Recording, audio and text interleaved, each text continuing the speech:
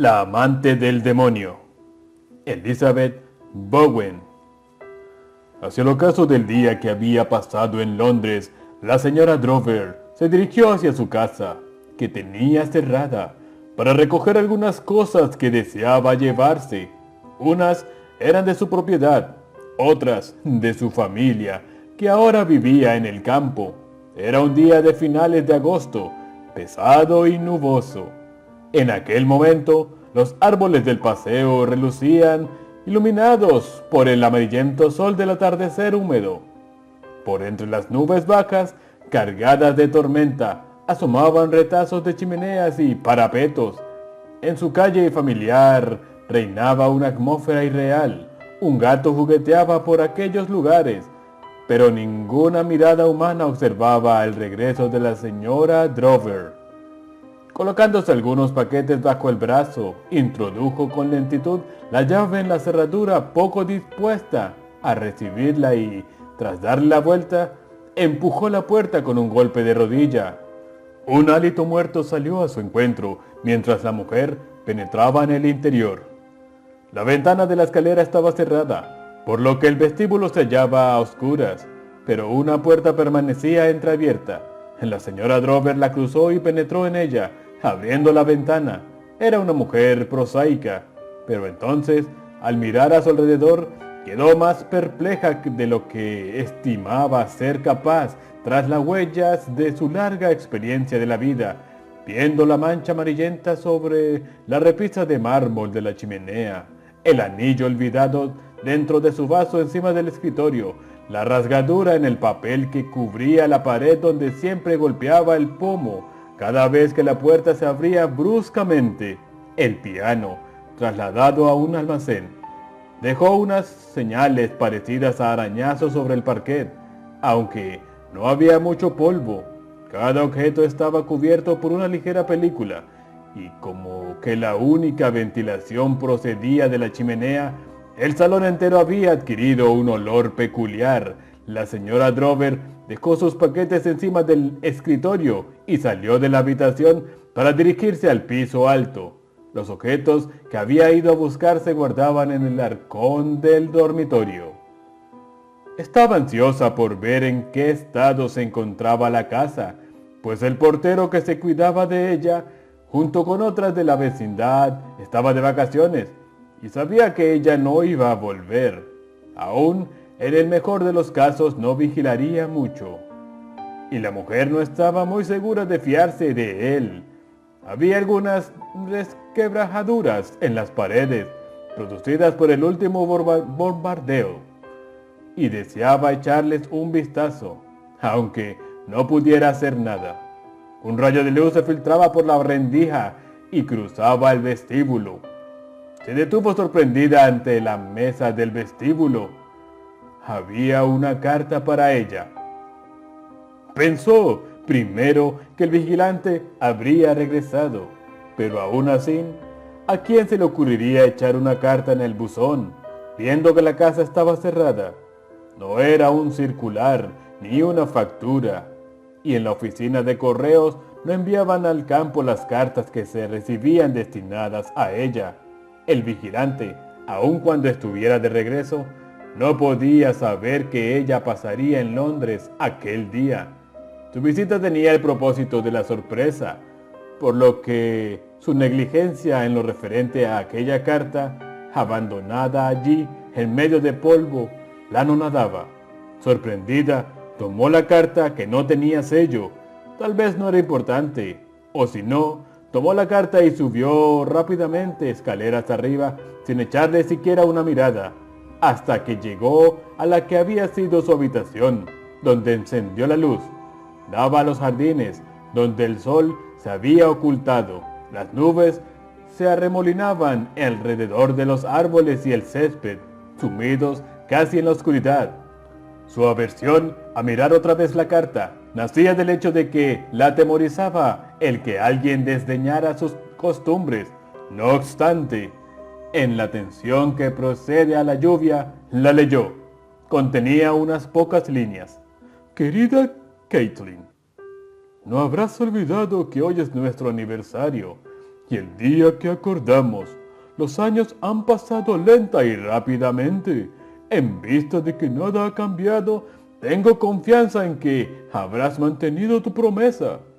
Me apenó el hecho de que dejaras Londres, pero me satisfacía saber que estabas de vuelta a tiempo. Debes esperarme, por tanto, a la hora convenida. Hasta luego, Kate. La señora Drover miró la fecha. Era de aquel día. Dejó la carta sobre la cama y luego la volvió a coger para leerla nuevamente. Sus labios, bajo las huellas del lápiz labial, empezaron a ponerse blancos. Se dio cuenta del cambio que experimentaba su propio rostro y acudió al espejo.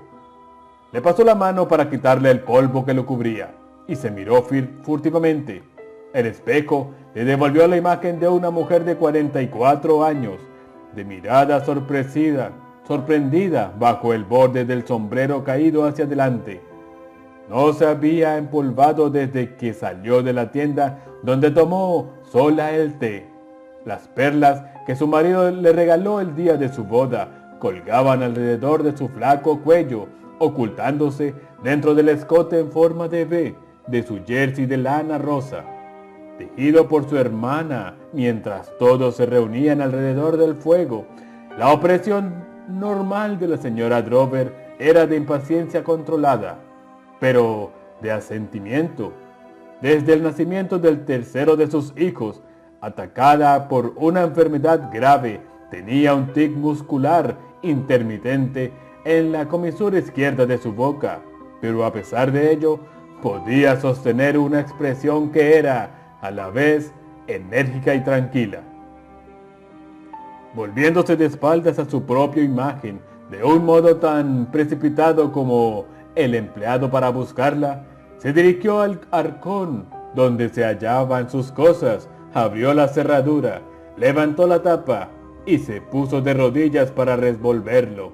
Cuando empezó a descargar el aguacero, no pudo contener una fugaz mirada por encima de su hombro hacia la cama, donde estaba la carta. Tras la cortina de agua, la campana de la iglesia, que todavía se mantenía en pie, desgranó 6 campanadas, mientras la mujer, con temor creciente, contaba cada uno de los lentos toques. La hora convenida.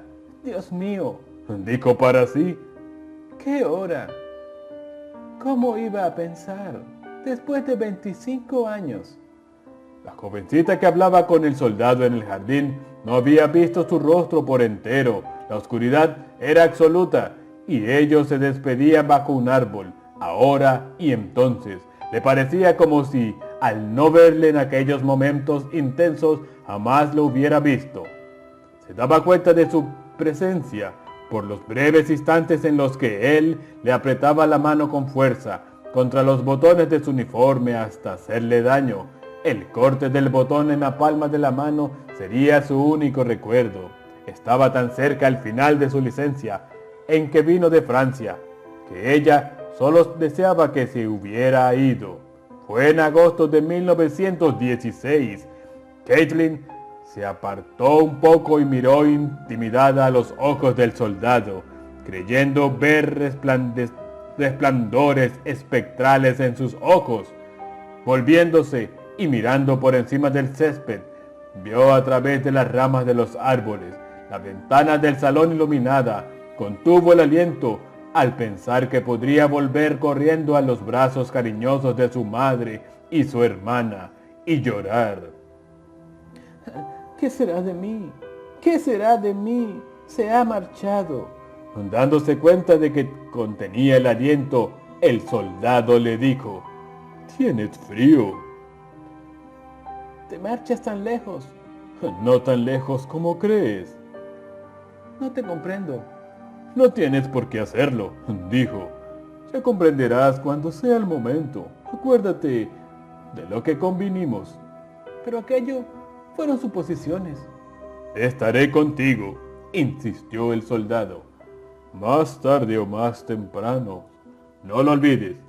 Lo único que tienes que hacer es esperar. Solo un minuto más y sería libre de correr por el prado silencioso. Mirando a través de la ventana a su madre y a su hermana, para las que era invisible, comprendió de repente que aquella extraña promesa la apartaba del resto de la especie humana. Ninguna otra cosa hubiera podido hacerla sentirse tan desamparada, tan perdida. No podía haber empeñado un pacto más siniestro. Caitlin lo resistió muy bien cuando algunos meses más tarde dieron por muerto a su prometido. Su familia no solo la apoyó, sino que incluso fue capaz de alabar su valor sin límites. No podían lamentar la pérdida de alguien de quien tampoco sabían. Esperaban que, al cabo de 1 o 2 años, ella misma se consolaría. Si únicamente se hubiera tratado de consuelo, las cosas habrían marchado mucho mejor. Pero no fue un simple disgusto. Su pena era algo completamente anormal. No tuvo que rechazar a nuevos pretendientes porque estos no aparecieron. Durante años no tuvo ningún atractivo para los hombres hasta que, al aproximarse a la treintena, sus reacciones se hicieron más naturales, hasta el punto de tranquilizar la ansiedad de su familia. Empezó a sobreponerse y a los 32 años se sintió gratamente aliviada al verse cortejada por William Drover. Se casó con él y ambos se establecieron en una parte tranquila de Kensington. En aquella casa pasaron los años, nacieron sus hijos y vivieron hasta llegar los bombardeos de la siguiente guerra. Sus movimientos como esposa de Drover eran limitados y desechó la idea de que alguien la estaba espiando. Tal como estaban las cosas, vivo o muerto, el autor de la carta solo pretendía amenazarla. Cansada de permanecer de rodillas y con la espalda expuesta en la habitación vacía, la señora Drover se apartó del arcor para sentarse a una silla, cuyo respaldo estaba firmemente apoyado en la pared. La placidez de su antigua habitación, la atmósfera tranquilizadora de su hogar de casada en Londres, todo se había evaporado. El encanto había sido roto por el autor de aquella carta. La casa vacía sellaba aquella noche. Años y años de voces, costumbres y pasos. A través de las cerradas ventanas oía solamente el rumor de la lluvia sobre los tejados de los alrededores. Para tranquilizarse, se dijo que había sufrido una alucinación. Durante algunos segundos cerró los ojos, pensando que la carta era una broma de su imaginación. Pero al abrirlos, la carta seguía encima de la cama. Su mente no lograba desentrañar el sentido de la aparición sobrenatural de la carta. ¿Quién sabía en Londres que iba a ir a la casa precisamente hoy? El caso era, evidentemente, que alguien se había enterado. Aun cuando el vigilante estuviera de vuelta, no tenía razón alguna para esperarla. Al contrario, se hubiera guardado la carta en el bolsillo para llevarla luego al correo. Por otra parte, no existía ninguna señal de que el vigilante hubiera vuelto, y las cartas que se echan por debajo de las puertas de las casas desiertas no vuelan solas hacia las mesas de los vestíbulos. No se quedan encima del polvo de las mesas vacías, como si estuvieran seguras de que alguien las va a encontrar. Era precisa una mano humana para ello, y nadie, excepto el vigilante, poseía la llave.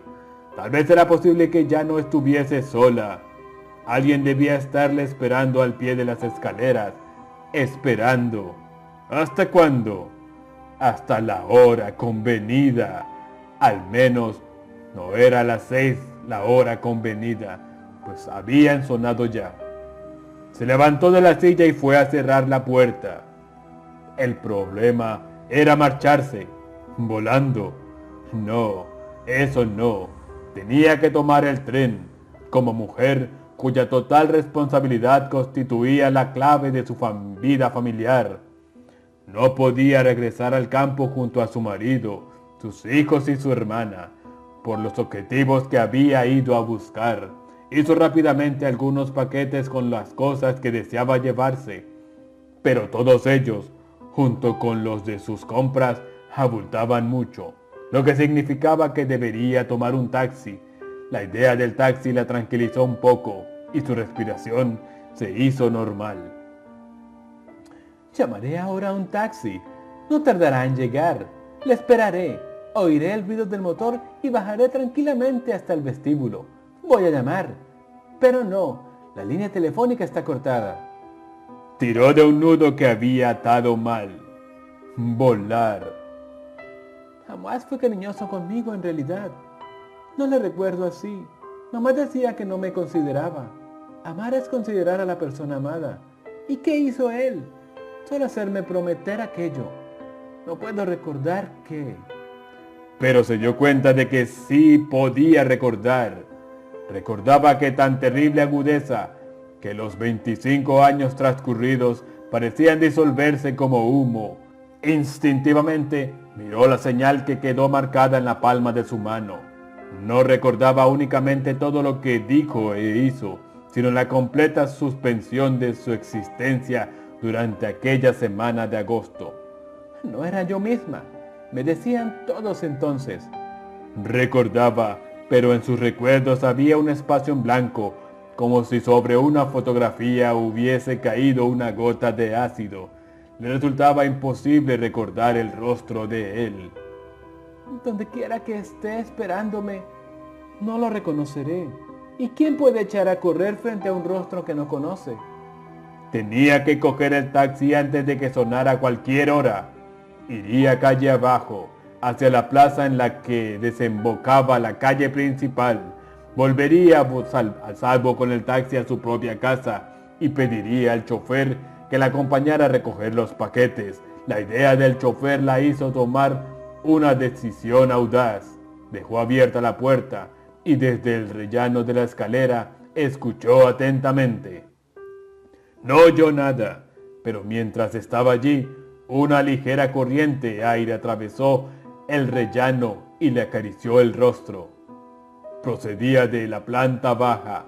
Allá abajo, alguien había abierto una puerta o una ventana. Alguien que había elegido aquel instante para abandonar la casa. La lluvia cesó.